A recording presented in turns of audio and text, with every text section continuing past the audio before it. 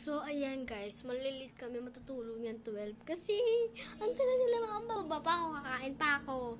11:08 na, 11:08 p.m. na. Promise, tingnan yung oras ko. Diba? Alam mo yun? Alam mo yung maliit na araw? Ayun yung araw, diba mali?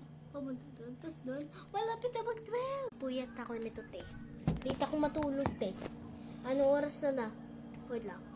11:09 na, be. Look.